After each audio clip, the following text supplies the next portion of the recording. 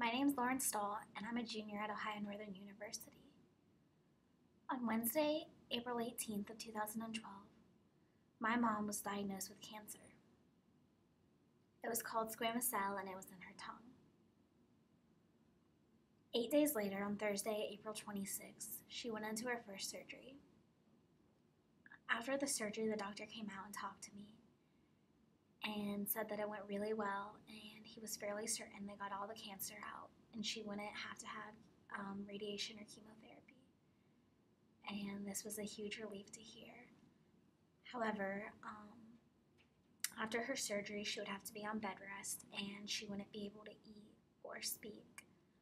My mom lived alone, and I have two older brothers who are older and have their own families, so I did a lot of traveling back and forth between school and home to take care of her. This was physically exhausting, but not as much as it was emotionally exhausting. It was really a different experience to have the roles reversed and for me to take care of my mom.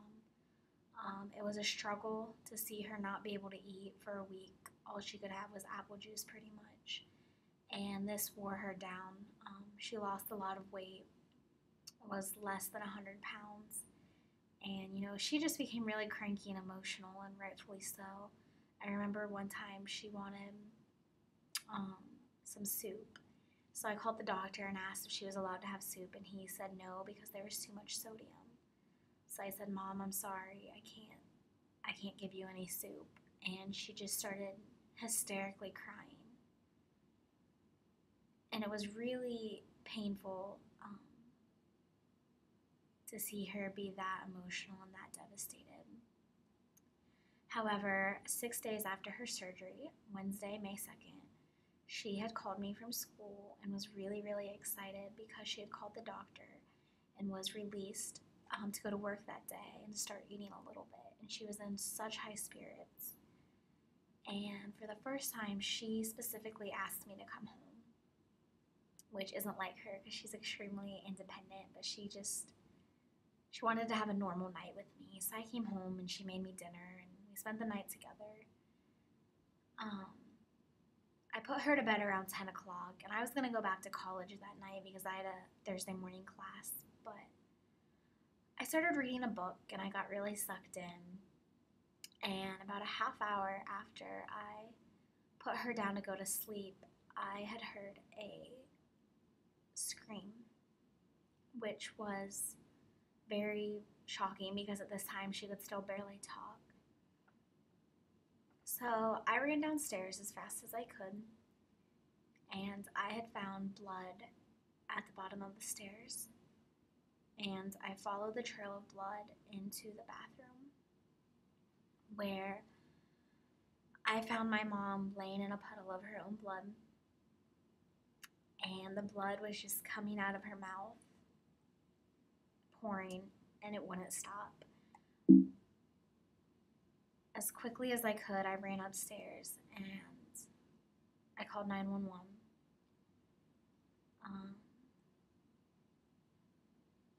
In that moment, I felt very helpless to watch your mom bleed like that, and there's nothing I could have done to stop it. As soon as I got off the phone with 911, I called my boyfriend and just was screaming, "There's blood everywhere, there's blood everywhere."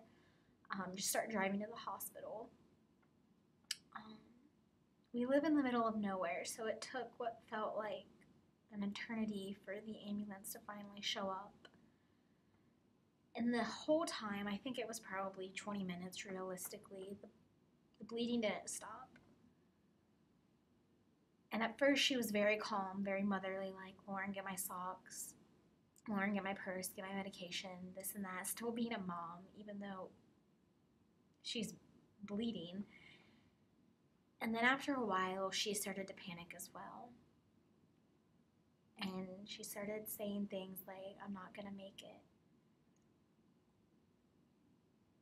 And started giving me what she thought were her last words. And I had to say, "No, Mom, do not talk like that. Do not talk like that. You're gonna make it." So finally the ambulance got there, and I rode in the ambulance to the hospital. And that night, I fell asleep in a hospital bed beside my mom. I obviously missed classes the next day. 2 days after that, I came back home because the biopsy results were back from her surgery. The doctor sat us down and bluntly said, "You're going to have radiation, and we'll see where it goes from there." That was really hard to hear because he had said that he thought she wasn't going to have radiation. After a while, we decided to have a second opinion at Ohio State. And so we went and we got a second opinion, and they said that we're not going to go on with radiation. We're going to try for another surgery and hopefully get it out. And if they succeeded, the cancer would be gone, and she'd be cancer-free. But if the surgery was unsuccessful, she would have to go through both radiation and chemotherapy, and the survival rate would be 40%. It was a pretty shocking number, and a number that was very scary to hear. I received an internship in Chicago last summer, so during the final stages of my mom's cancer, I wasn't there to take care of her. And that was really heartbreaking because I couldn't even call her on the phone and talk to her and hear her voice because she couldn't speak after that last surgery. After her third surgery, they said that they want to have the lymph nodes back and be able to tell for 12 days. 12. That's a very, very long time. The longest 12 days of my life. During those 12 days, I did not let my phone leave my hand. Worry consumed my life and just wore me down. But on June 5th, my mom sent me a text, and it was a simple 2 words, and it said, "No radiation." And I was at work, and I sprinted out of the office into the parking lot, didn't tell anybody, started crying, called my mom, and I said, "Why didn't you call me?" And she said she didn't want to interrupt me at work. And all I could do was laugh. I called everybody I knew and told them that she was cancer-free, and it just felt like the world was lifted off my shoulders. I was fortunate, though. I only saw a very, very tiny glimpse of cancer. But it still changed my life forever. The images that are in my head, every detail is so vivid. I'll never forget those. I will never forget how scared I was. You know, when the thought of losing your mom, who's my best friend, became very real and concrete.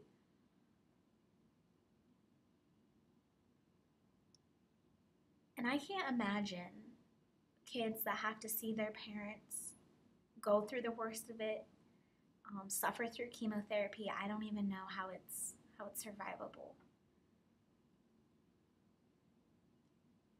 I'm the Relay for Life publicity chair, and I think that our biggest challenge is the detachment that people have from the word cancer.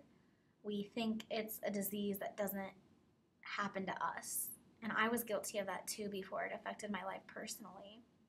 And there's a lot of excuses we make. We don't want to fundraise because we don't want to ask people for money. It's an intimidating process, and I know that it's awkward, and I'm guilty of it too, but cancer patients don't want to, ask for rides for radiation.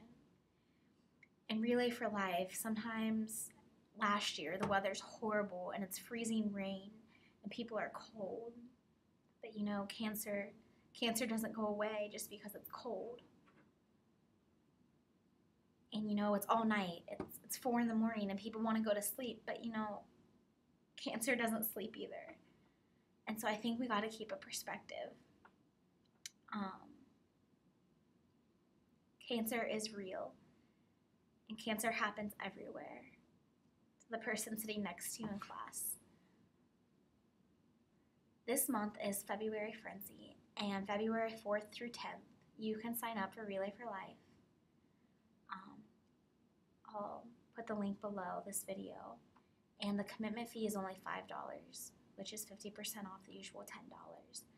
So please, I encourage you to sign up for Relay for Life. Like I said, I was very fortunate that I only got a tiny glimpse of cancer, but some people aren't that fortunate.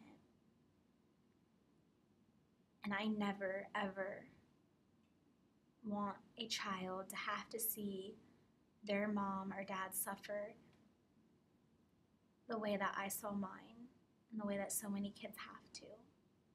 And that's why I relay.